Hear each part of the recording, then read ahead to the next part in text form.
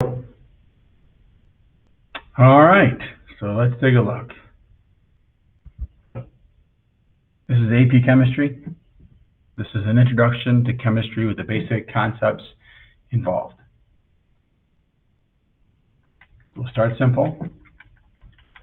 These will be on all the slides. They'll tell you what chapters to match up with the book, which we have an online book, so let me get that to you too, if I haven't done it already. So these are the chapters. This is what we're looking at. Definitions, origins of modern chem, scientific approach, which, yeah, it's kind of changed a little bit, so we'll take a look at that. Measurement and chemical problem solving. Measurement's always important. And then 1.5, I think I might just go ahead and post something that relates to significant figures. I don't think it's a big concept on the AP Chem exam. I know that when I was in college, professors did it their own way, specifically. So I think maybe it's smart to go ahead and let that occur. Okay.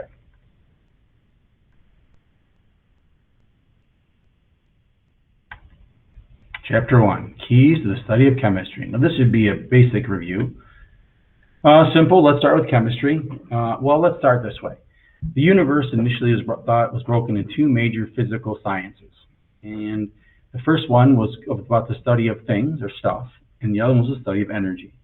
So we give them names. We called one chemistry, and it's a study of what we call matter, which has mass and takes up space, its properties, how it behaves, how it changes, right, under certain scenarios, right? That's what we thought. And the other category was energy and how energy changed and how energy did the same things. We called the one with matter chemistry, and we called the one with energy physics. And so over time, when we started looking at things that are very small, the smaller we got them, the smaller we made them, turns out they started to have what we call wave-like properties, energy properties. It was crazy. So they went ahead and had revised their whole model. But when we started things on a basic level, which is what AP Chemistry is, it's a basic chemistry course where we're going to go ahead and touch on a lot of different chemistry topics. And then if you find interest in any of them, you will go ahead and take a class later on that will expand on all those. So anyways, right? So when we deal with chemistry today, we talk about matter, how it behaves, how it changes under certain scenarios, and energy changes associated with it. And there are three basic definitions. Pretty simple. We don't need to spend a lot of time on it. You should know these. Something else we know as well, right? A solid has a fixed shape and volume, which means it doesn't take the shape of its container, but it occupies a specific amount of space. Okay? A liquid is kind of the in-between phase. It's the least common of the three. It exists over a certain temperature and pressure. And it goes ahead and takes the shape of the container, right, but has a fixed volume. And the two of those are pretty closely related.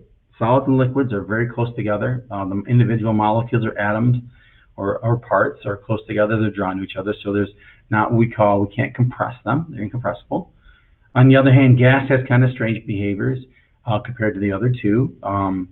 It doesn't have a fixed shape or volume. It spreads out to take the shape of the container and the volume of the container. It's very different because the molecules are spaced very far apart. And when we talk about the speed or movement of the molecules, the gas is moves extremely faster than the other two. And here are three physical states of matter. And as we talked about, right, we can see that this one, the solids close together and organized. This one, the liquid, still close together, but not as organized, not as put together the same way. And then the gas is far apart, and they have the light lines to let you know that it's moving at a fast speed. And we can see in the examples, this one is not occupying any other space than what it normally would occupy, no matter what kind of container it's in. This takes the space of the container, and this one does as well, but it's not fixed. There's no surface top on there. Two other kind of definitions that kind of go with this. Physical and chemical properties. Let's see if we can get this thing in the right spot. Oh, I'm struggling. Okay. Physical properties are what it looks like or how it is right now. So its color, its melting point, its boiling point, its density. Chemical properties is how it reacts to other things. We tend to talk about oxygens when it reacts to something else. Flammability, corrosiveness, those are oxygen reactions, sorry. And these two show the definition or distinction between the physical and chemical change. We can see in the physical change that we have one red sphere and two blue spheres together, and they're attracted to other ones of the same nature. And in here, right, we still have one red square and two blue spheres. Spheres, and they're still in the same form. There's still two blue for every one red. And here we have, it would be like taking the liquid water and go through what we call electrolysis, which means we're going to break apart the liquid water or the water molecule into its individual elements. So that's what we did when we went from here to there. We've separated them and rebonded them. So we form new bonds. And that's the big distinction between physical and chemical changes. In a chemical change, we break the bonds to form new ones. In the physical change, we go ahead and keep the molecules, the bonds the same. We just change how they're arranged, but we still may never ever break the bonds. All right, so we'll do example problems as we go. This is new to me using Google Meets, so we'll try it. Oh, sorry, the light went out. Got to stand up occasionally, right, to get it to go. Okay. The scenes below represent an atomic scale view of substance A undergoing two different changes. Decide whether each scene shows a physical or chemical change. So we'll start with A, and we'll go to B. And what we notice in A is that we have two red ones for every blue one, and they're all two red for every blue spheres. And here we have two red ones together with no blue, and then we have a blue and a red. So what we have seen here is that some of the bonds are breaking in here, and some are actually forming new bonds. Maybe not forming, we might not be able to see that, but we definitely can see that they're breaking. That would be a chemical change. On the other hand, we go to A to C, we see that the bonds are maintained, two red for every blue, two red for every blue. It's just gone ahead and organized itself better. Whoops, sorry. And temperature affects the change in state. The faster you get the molecules moving, which we defined earlier as, probably last year or the year before, kinetic energy is based on the mass and the velocity of the object. And we're only going to worry about the velocity when we talk about temperature. And so we can see that a physical change, right, forms from temperature change. You can go ahead and cause a solid to melt and a liquid to boil. And they're reversible, which means if I put a certain amount of energy into the solid, then it goes ahead and melts and becomes a liquid. And if I want to go backwards with it and take the liquid and make it into a solid, I have to pull the exact same amount of energy out. Okay, and I'm just manipulating it based on the temperature. Right? A chemical change doesn't usually go back and forth. Okay, that way it's not what we call reversible because it has to follow a different path. Is probably the best way to say it. We're talking about thermodynamics. All right, and then show some physical and chemical properties here. Physical, they maintain what they are. The density stays the same, the melting point stays the same. If these are all, let's say, brass, then they stay the same. This information is the same no matter what shape it's in. On the other hand, we can see as the chemical property, we see the corrosion, we're changing, we're reacting to things as we go forward. All right, distinguish between physical and chemical changes. Decide whether each of the following processes is primarily a physical or chemical change. Explain briefly. Okay? Frost forms as the temperature drops on a humid winter night. So frost is a solid, and humidity means that water is in the air, it's in a gas form. When we go from the gas form into the solid form, we're changing state. We're still H2O in both scenarios, so that would be a physical change. A cornstalk grows from a seed that's watered and fertilized. Well, in order for a cornstalk to grow, it has to do something called photosynthesis. Now, remember, back in biology, photosynthesis is the process of taking carbon dioxide and water and turning it into long carbon chains with the help of sunlight. That's oversimplifying. Okay, so we're definitely breaking bonds, so that would have to be a chemical change. A match ignites to form ash in a mixture of gases. We went from a solid into a gas, right, without melting, and we changed into a different substance, ash. Again, another or chemical change. Perspiration evaporates when you relax after jogging. The water on your skin gathers the heat from your skin, right, and then goes ahead and turns into a gas. So again, another one that's going to go ahead and be a physical change. And the silver fork tarnishes slowly in air. It means you're turning it from silver into silver oxide on the outside, and it protects the silver underneath, kind of like copper does. And so that also would be a chemical change. And there's our answers. Okay. Energy and chemistry. A lot of the stuff we won't talk about on the same level. We'll call it different names.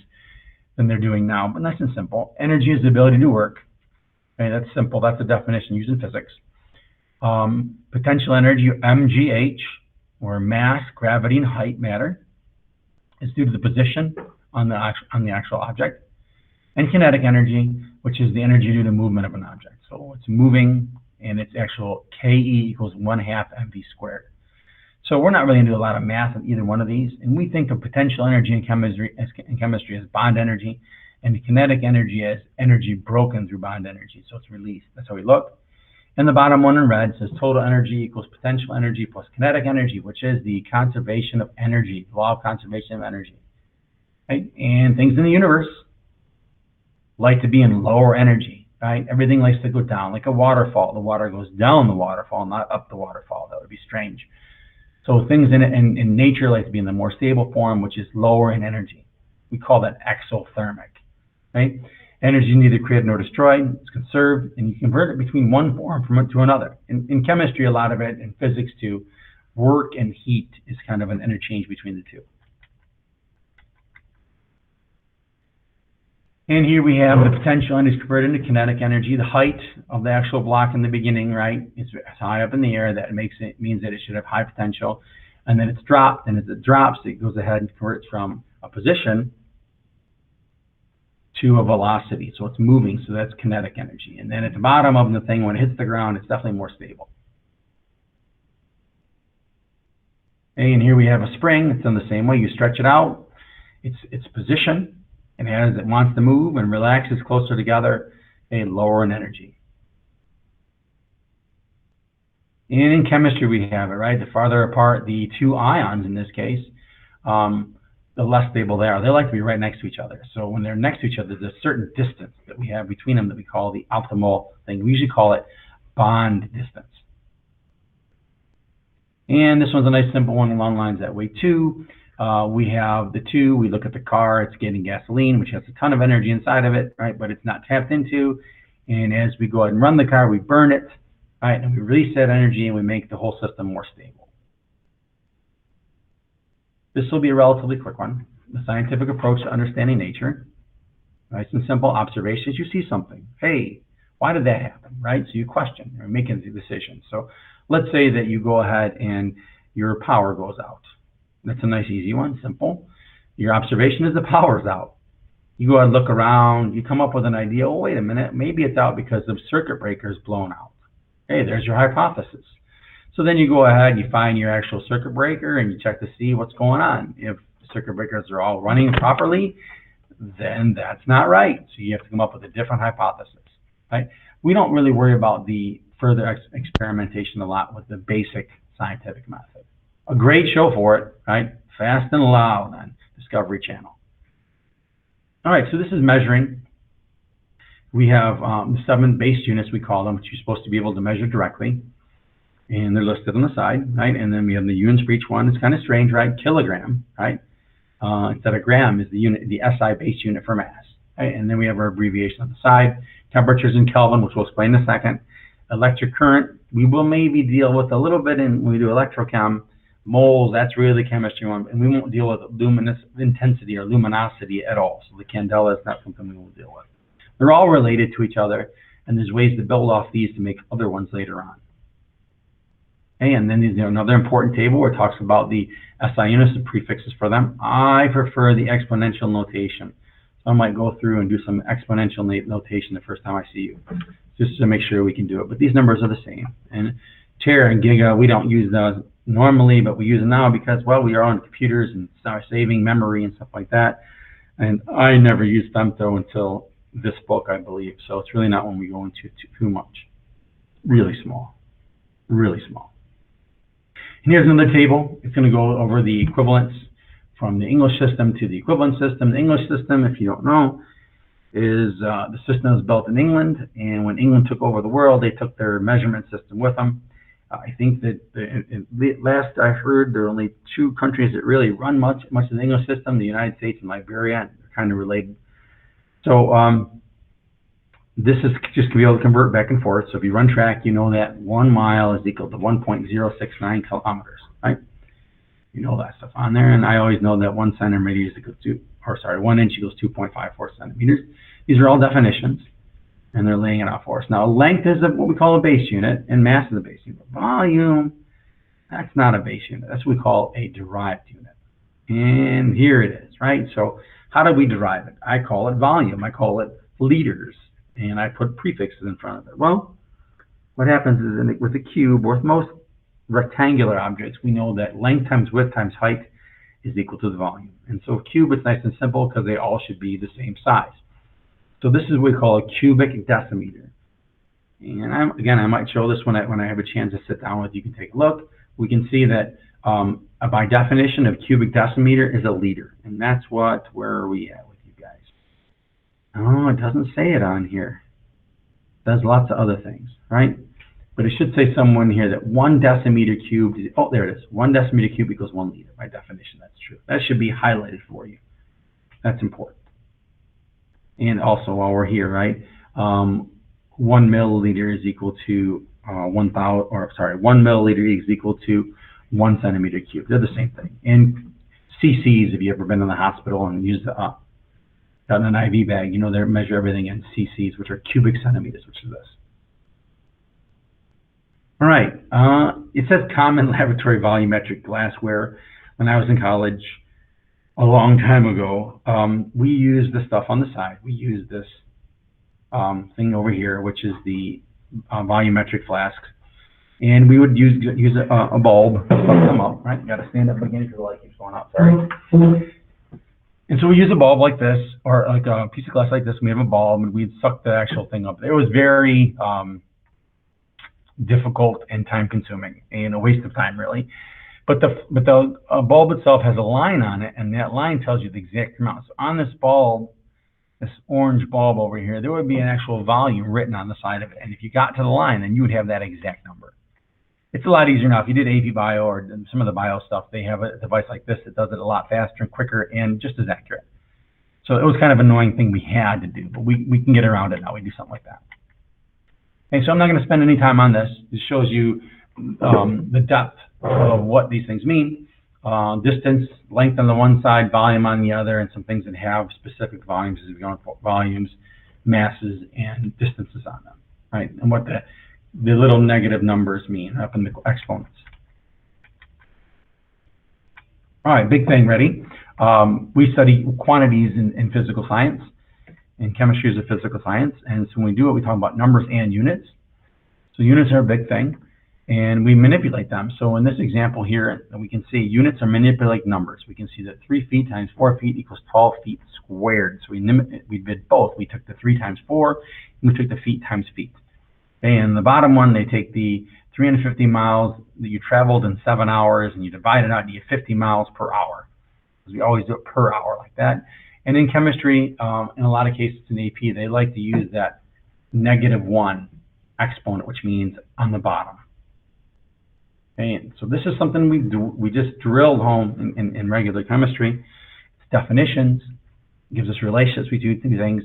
These two things are equal to 1, right? 5,280 feet equals 5,200 feet, right? And if we say that 1 mile equals 5,280 feet, this is also equal to 1.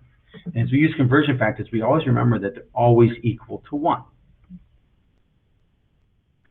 All right, so when we go ahead and solve these problems, the conversion factor is chosen, right? So you figure out what it is, you define something first. You define your conversion factor, and you set them equal to each other so you know they're defined.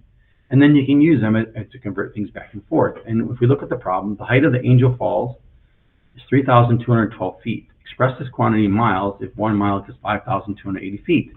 All right, so we take what we know this. And that's what's important about these kind of problems, making sure you know what the given is. And we know our conversion factor. So we take a look at this, we take the 3,212 feet, which we start with. And in our next step, we want to set it up so the feet cancel. So we put feet on the bottom. Whatever is equivalent to the feet we want to look at from our conversion factor, we put on the bottom, and whatever it's equal to goes on the top. So feet cancel.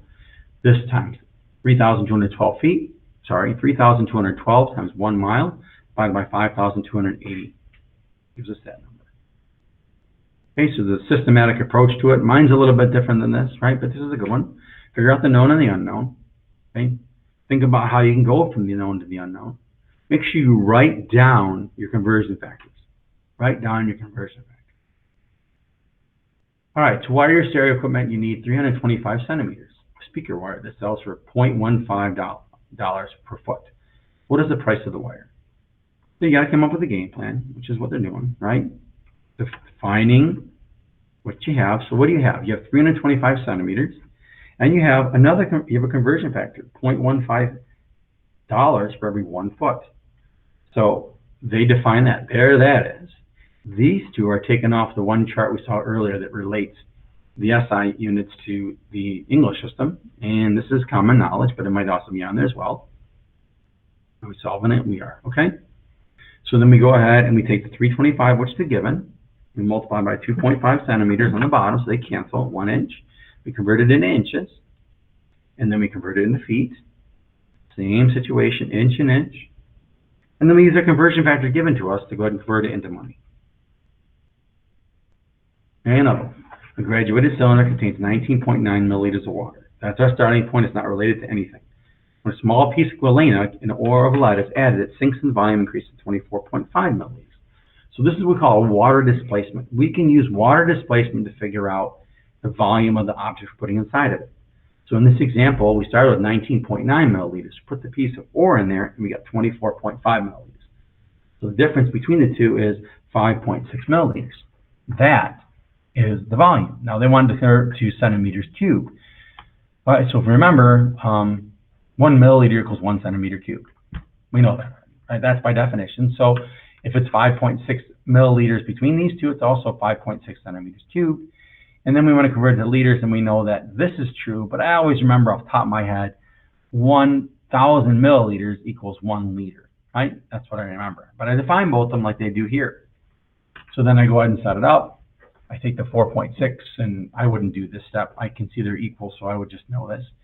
And then we do the other part where 1 milliliter is 10 to the minus 3 liters. We could also do it as 1 liter on top and 1,000 milliliters on the bottom, and we get the same answer. It's consistent. All right, many international computer communications are carried out by optic fibers and cables laid along the ocean floor. Interesting, not relevant. One strand of optical fiber weighs 1.19 times 10 to the negative third pound per meter. That's a conversion factor. That many pounds for 1 meter. What is the mass in kilograms of a cable made of 6 strands of optical fiber? Each long length of length in New York and Paris, a distance of 8.94 times 10 to the third kilometers. There we go. There's another one. 8.94 times 10 to the third kilometers is our starting point, I believe, right? Each cable is made up of 6 strands. That's another conversion factor, right? And then we know that the mass, right? What is the mass of each one? So we want to know the mass of it at the end. We need to relate kilogram to pound. All right, so that's what they did. They started with kilometers equals that many meters. Meters equals that many pounds because it defined it right there for us in the problem. 6 fibers equal 1 cable, right? And 1 kilogram equals 2.205 pounds. We start with the only one that doesn't have an equivalent. And we convert it from kilometers into meters. And with the meters converted to pounds, what was given to us, conversion factor in the problem, which is unique to the problem, 1.19 times 10 to the minus third pounds equals 1 meter. And then we go ahead and we say that's for every 1 pound that's for every 1 fiber, right? Each one of those is 1 fiber. And we have 6 fibers for every 1 cable, right? So we do the math there. And at the back end, this is a relationship between the English system and the metric system. This one's a little bit tougher, and I think I'm going to hold off on this one until we actually meet. So we'll do this one because there's squared areas, and we'll do a couple of these actual conversion factors that way. But we'll hold off on that one just to talk it through. All right, density. Now, density is an interesting topic, one we always start with in general chem. And when we do, no matter what in chemistry, you deal with density. And density is the amount of material, mass, crammed in a certain space, volume. We write it density, D equals M over V. And density is also a conversion factor, as crazy as that sounds, right? Density is a conversion factor. It's a physical property, which means if I have 10 gold coins and the density is, I don't know, let's make it 20 grams per milliliter, then 1 gold coin is 20 grams per milliliter. If I have a container glass full of water and the water is 1 gram per milliliter, then if I have an ocean, it still should be 1 gram per milliliter. Now, I know there's other things in there, but the basic concept is pure water is pure water. It should have the same density. And here are some numbers we have, some things we have with common substances. And we can see the density of the gases is really low because they're far apart and they occupy lots of space. So the bottom number, the volume would be large, right? And then the solids here, right, they got lots of mass in them, but they're crammed close together, so the bottom number would be small. Okay? So what do we have here? A slab of lithium weighs 1.49 times 10 to the third milligrams, and the sides that are 20.9 millimeters by 11.1 millimeters by 11.9 millimeters. So length times width times height should be the volume. So those three numbers, the millimeters, you multiply together and get millimeters cubed. And then the 1.49 times 10 to the third milligram, right, is the mass. And this is just to make it a little more complicated. This is in milligrams. That should be in grams. So there'll be a conversion over that. Again, we'll wait on sample problem 1.7. We'll do that together. Okay, and then this is temperature. And some interesting things that go on with temperature. Surface of the sun, all that good stuff on there. Absolute zero, which is cold as, well, which means no molecular movement. And then three scales, right? We have Celsius, is based on the boiling, freezing points of water, 0 and 100.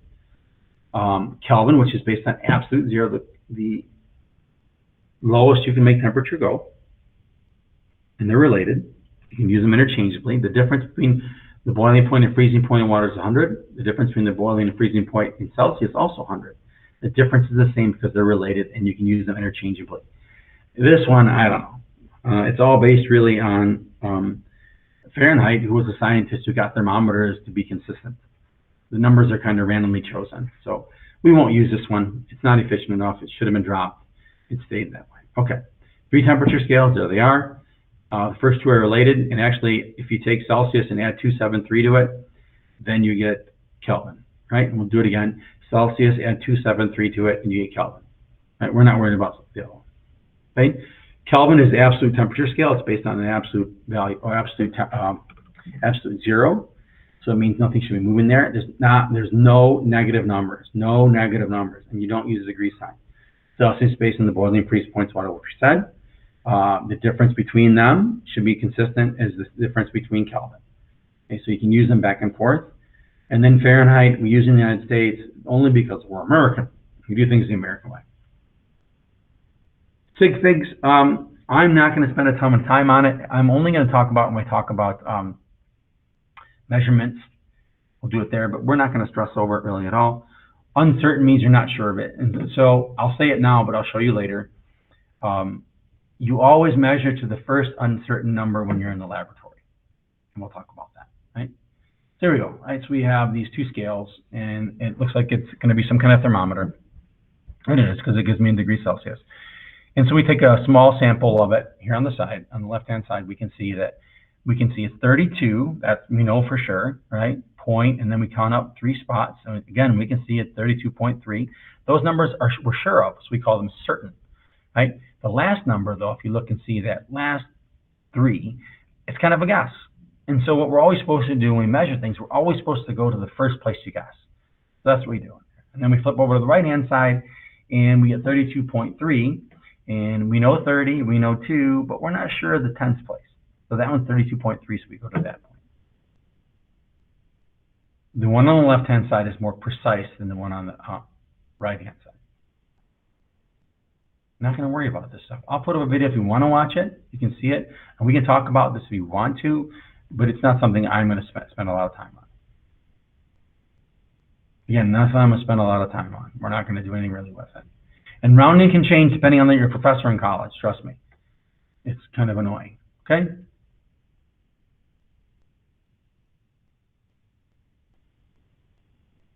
And definitions are exact numbers, so you don't worry about them. If you get in we have to worry about significant figures, don't worry about them as much because they're not going to be the ones involved in figuring it out. More of the same. Not going to be, all right, it's relatively quick. Precision is how close the measurements are together. Right? Accuracy, how close they are to a given point, what you want them to be there.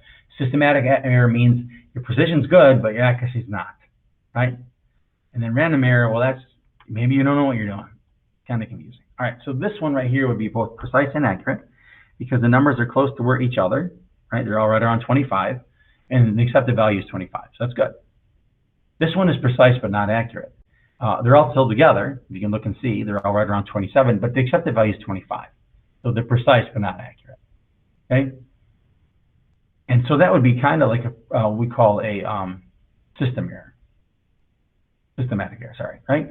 Precision and accuracy, right? So we're looking again, this is random error. They're not close to each other, and they're not close to the accepted value. Something's wrong, okay? And then a systematic error is it's precise without being accurate.